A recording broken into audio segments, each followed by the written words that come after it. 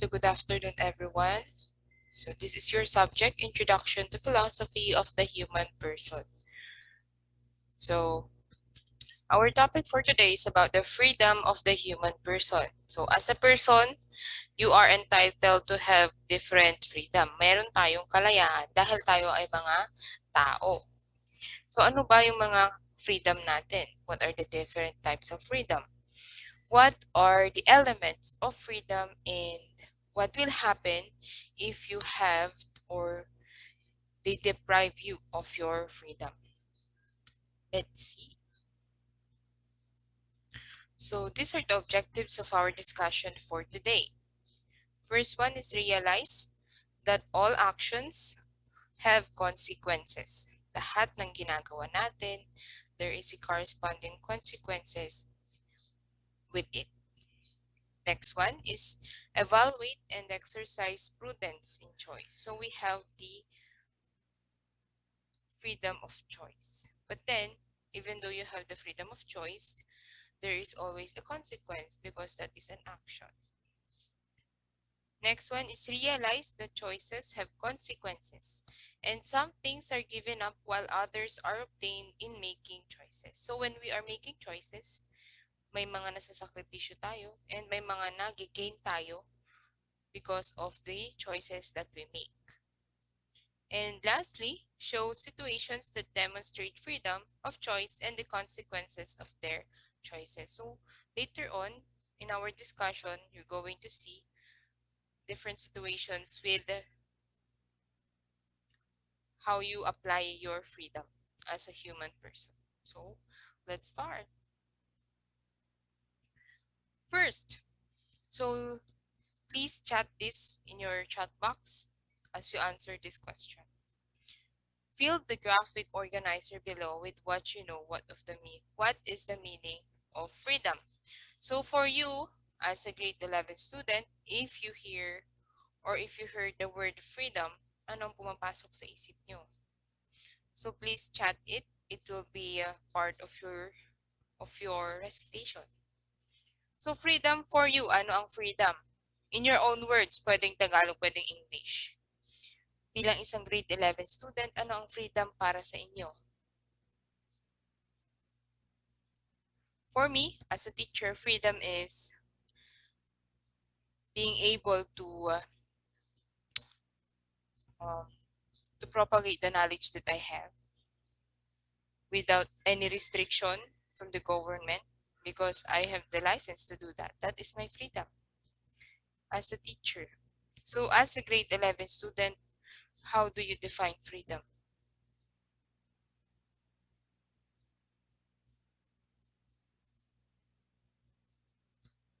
Anyone? So I'll wait for your chat, okay? So here we have three different freedom. It is categorized into three kinds. First one is the physical freedom.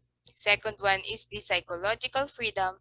And the third one is the moral freedom. So ano ba ang pagkakaiba ng physical, psychological, and moral freedom? This is all or these are all applies in you because you're a human person. So may tatlo kang klase ng freedom.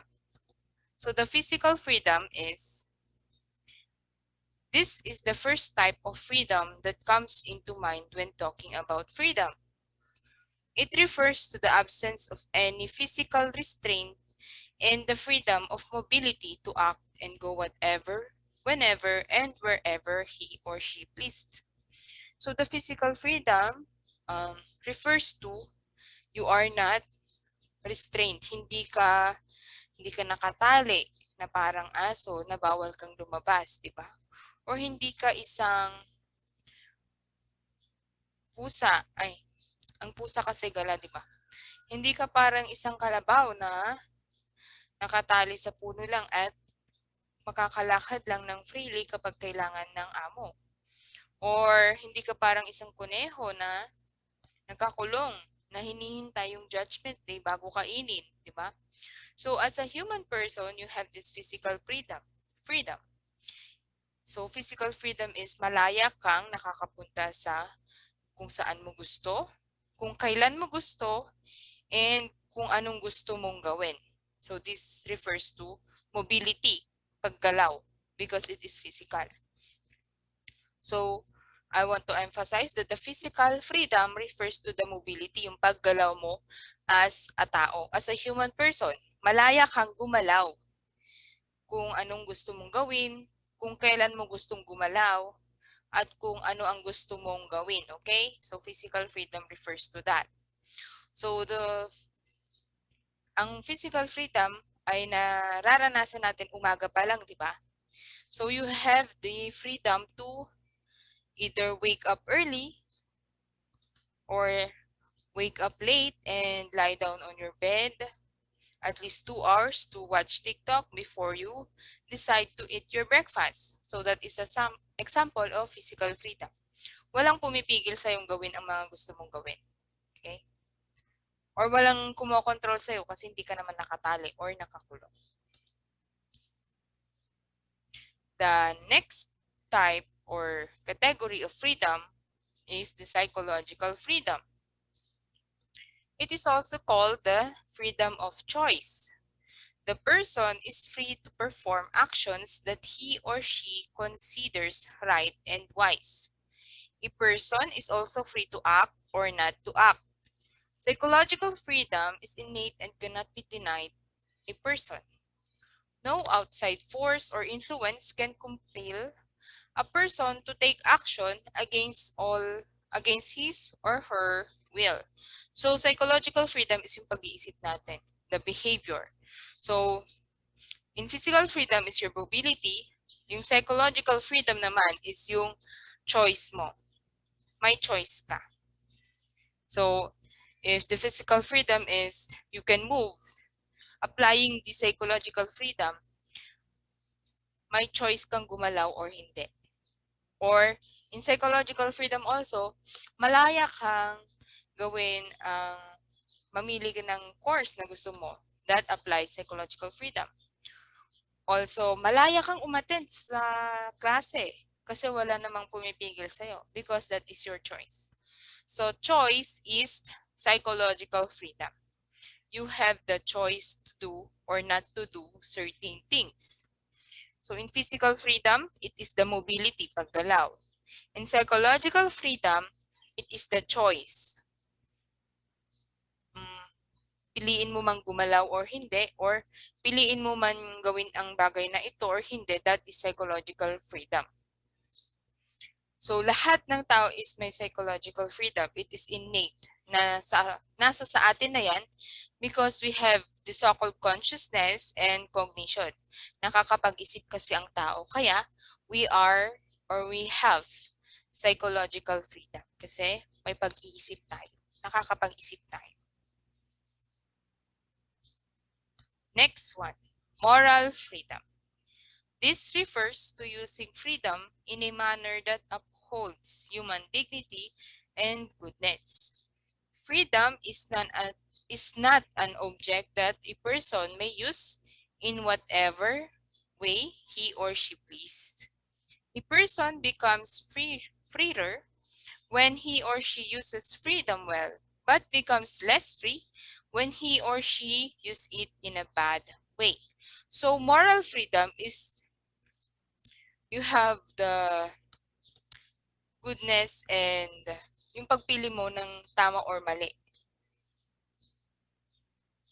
This refers to the manner of human dignity and goodness. So in moral freedom, may freedom kang piliin ang goodness or hindi. Ang morally right or hindi. So magkaka-connect sila, di ba? So from body to cognition to ego sa loob. That is moral. Yung goodness or not good in yourself. So malaya kang pumili kung gagawin mo ba ang tama or mali. Ayan. So in the statement here, a person becomes freer when he or she uses freedom well, but becomes less free when he or she uses it in a bad way. So what does it mean? So kung ginamit mo yung mga freedom na meron sa atin in a right way, naging mabuti kang tao, ginamit mo sa mabuting mga gawain, you don't have any problem with that. Continuous lang yung freedom mo. But then, if you did something wrong with your mobility, dahil malaya kang gumalaw, and malaya kang gumawa ng choices, pinili mong pumatay, chinap-chap mo yung kapitbahay mo, so malilesen yung freedom mo. Bakit? Kasi makukulong ka. Kapag nakulong ka, yung physical freedom mo is bumababa, di ba? Because nakakulong ka nga. You don't have the freedom to go wherever you want or do whatever you want to do. So, nalilesen yung freedom mo as a human person because in the first place, you did something wrong, which is chinap-chap mo yung kapitbahay mo. So, we have this freedom, pero kapag gumawa ka ng labag sa society's standard or immoral, malilesen yung freedom na meron ka as a human person. Okay? Either makukulong ka or makukulong ka sa kulungan or makukulong ka sa asylum. Ganun. Yes? So let's have this situation. Read and reflect on the situation below. Bert was on his way home from school when, unknowingly, he stumbled upon a wallet. It appears to be full of cash, as well as several identification cards of the owner. Bert knows he was short on the budget he needed to complete the school project he was working on, and he could also spend some on his new shoes. Imagine that you are in his situation. Which among the situation picture below will your most truthful action? So kapag ikaw si Bert, habang naglalakad ka, iniisip mo na wala kang pera at nagpa-project si ma'am dyan ng research. Then wala kang pera. Hindi nagbigay yung parents mo, wala kang work. Ganon. What will you do with the lost wallet? Let's see. There are 3 situations that your mind will consider. Number 1, turn in the wallet to the nearest police station and tell them what happened. So pupunta ka ba sa police station para ibigay sa police ang wallet na napulot mo? Number 2, take the money and spend it on the things you need and want.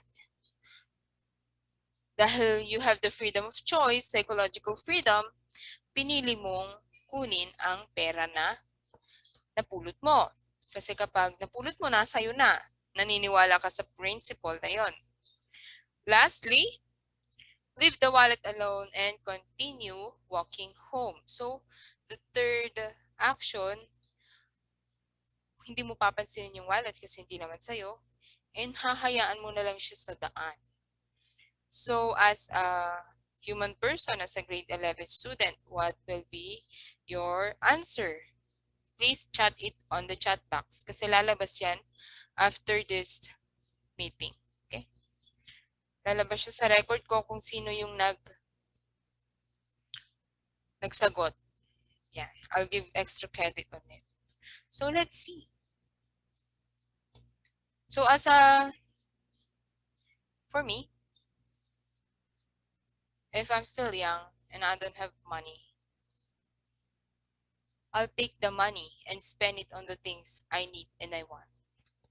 Why? If I'm still young, just like you, and I don't have money, I won't go to the police station. Why? I don't trust policemen. You know, ever since I was a kid, I never trusted policemen. When someone courted me, he's a police, I didn't even give a glance because I never wanted to be associated with a policeman. So, but I don't want to leave the money alone. So I'll take the money because I saw it. Will I spend it? No. I'll look at the identification card that's available on it or that's on it and directly look for that person. Pero kapag konti lang naman yung laman, baka dagdagan ko pa. So, ayan. So, pag ako, si Bert, I'll take the, I'll take the wallet and look for the person. Not take the money. Kasi, baka siya na lang magbigay directly ng money sa akin. Kasi, sa totoong sitwasyon ng buhay, in reality, kapag nawalan ka ng wallet, you don't think about the money anymore. Kasi I already experienced that. I'm more considerate in my identification cards. Mas gusto kong bumalik na lang yung mga ID ko kaysa bumalik yung pera ko na kukunti naman yung laman ng wallet ko. Mas mahalaga talaga yung ID. So, ayan. So, kung kayo si Bert, ano ang pipiliin nyo? Pupunta ka sa police? Kukunin mo yung wallet? Or hahayaan mo yung wallet?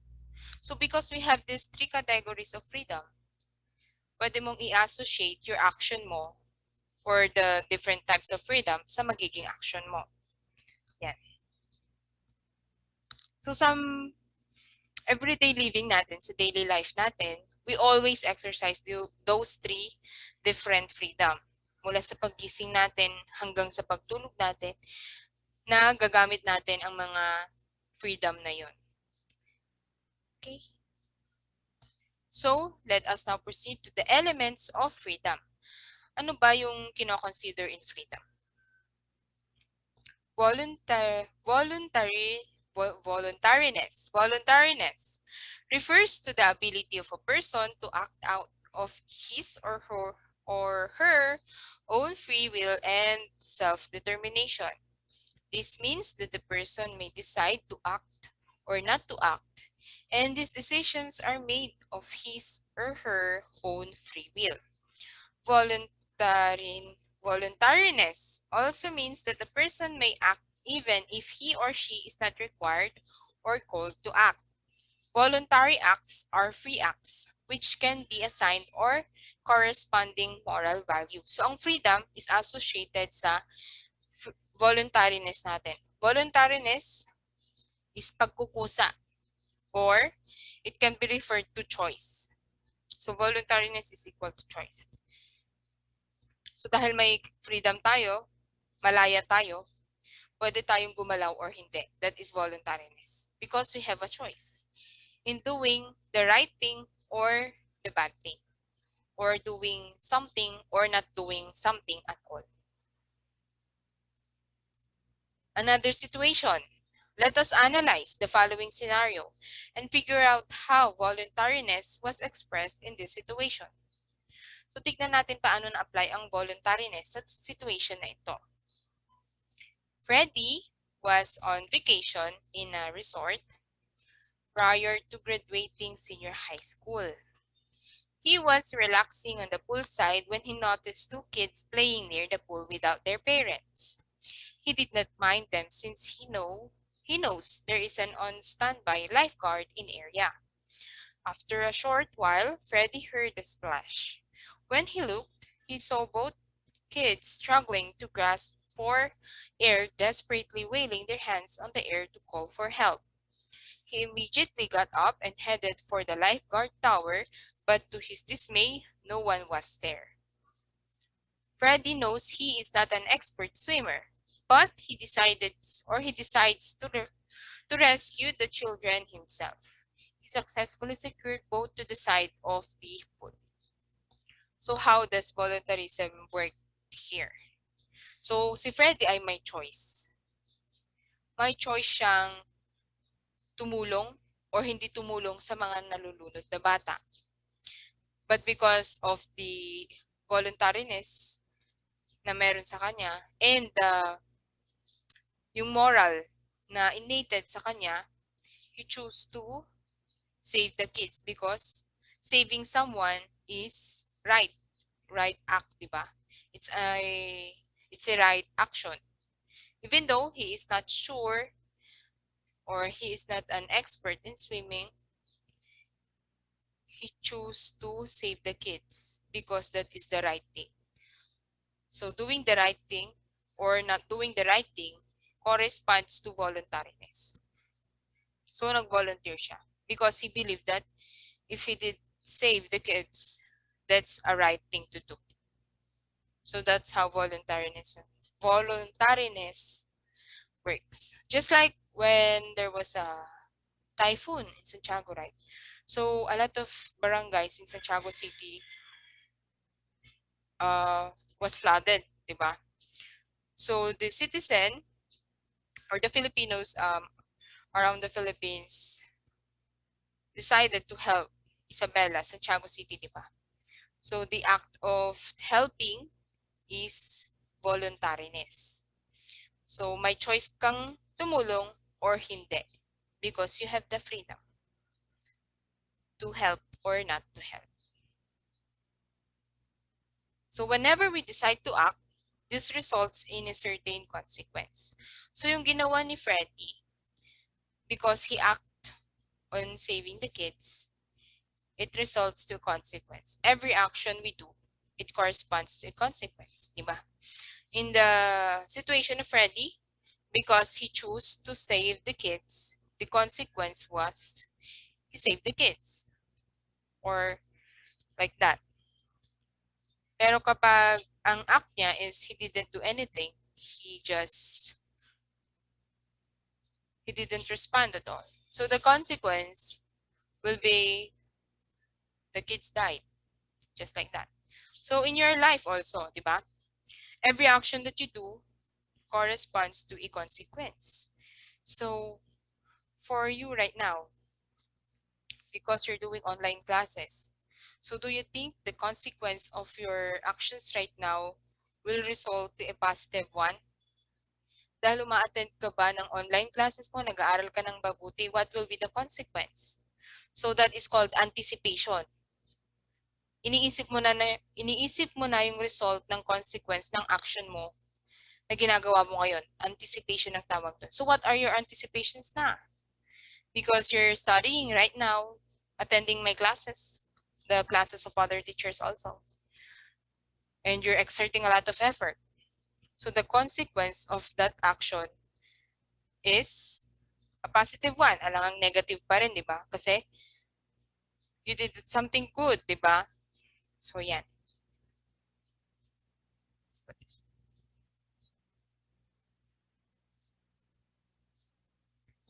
All human actions have consequences. And this act, not only the persons who commits the action, but also other people in our surroundings. So lahat ng ginagawa natin, the actions that we do, as I will repeat it again. Paulit-ulit si ma'am. Lahat ng actions na ginagawa natin will correspond to a consequence. This consequence will affect you because you are the actor and the people around you. Kasi sabi nga nila, lahat ng ginagawa mo ay hindi lang nakaka-apekto sa'yo, kundi nakaka-apekto din sa surroundings mo. So, kapag nag-aaral ka ng mabuti, di ba? Anong magiging direct effect nun? Ang epekto nun, sa'yo, kasi ikaw yung nag-aaral. Ano pa yung magiging effect nun? Sa magulang mo, magiging proud sila, di ba? So, that's how consequence work. It ripples. It's like a domino effect. As a free being, the person must accept the consequences of his or her actions to take responsibility for them. So kapag ginawa mong isang bagay, you should anticipate on the things that will correspond to that action or the consequences. Dapat open ka sa magiging consequence ng mga ginagawa mo. So for example, so in your teenage years right now, so maybe a lot of you have boyfriends, diba? Or girlfriends. So if you did something beyond the normal things that a teenager couple do or does, so dapat open ka sa consequence na magiging action mo. Ganon. So lahat ng gagawin mo, tama man o mali, there will always be a consequence that will affect you or will affect your family. Okay?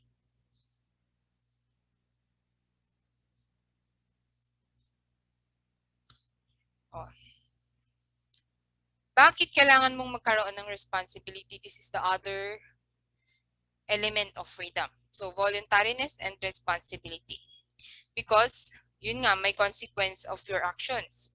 And you should be responsible to the consequence of your actions. Bakit? Kasi there are a lot of people na kapag nandiyan na yung consequence ng action nila, sinisisi nila yung ibang tao. Sino bang gumawa ng action na yun? Ikaw, di ba?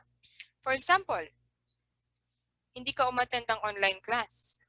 Online class yung nilagay mo sa registration form mo. Hindi ka nakipag-usap sa teacher mo, never kang nagpakita. And you're anticipating, you're expecting na pasado ka. But the consequences of your action, nag-ghost ka sa teacher mo, sa klase, bagsak ka. Then, the result of your action should be your responsibility, di ba? Tinake mo dapat yung pagiging bagsak mo as your responsibility because you did that. But then, pinoint out mo na kasalanan ng teacher bakit ka bagsak. So, kapag ang consequence ng action mo nandyan, you should take it kasi the action that you did that to yourself. Ikaw ang gumawa ng action, hindi yung teacher. Right or wrong? So, ayan. Halimbawa, may mga teenage pregnancy, di ba? Karamihan sa mga nagkakaroon ng teenage pregnancy, sinisisi ang magulang. Sino bang gumawa ng bata? Yung magulang ba o ikaw? Di ba? Sinasabi nila na hindi mo ako ginabayan. Wala ka bang tamang pag-iisip para gawin ang tama o mali? At sisisihin mo ang magulang mo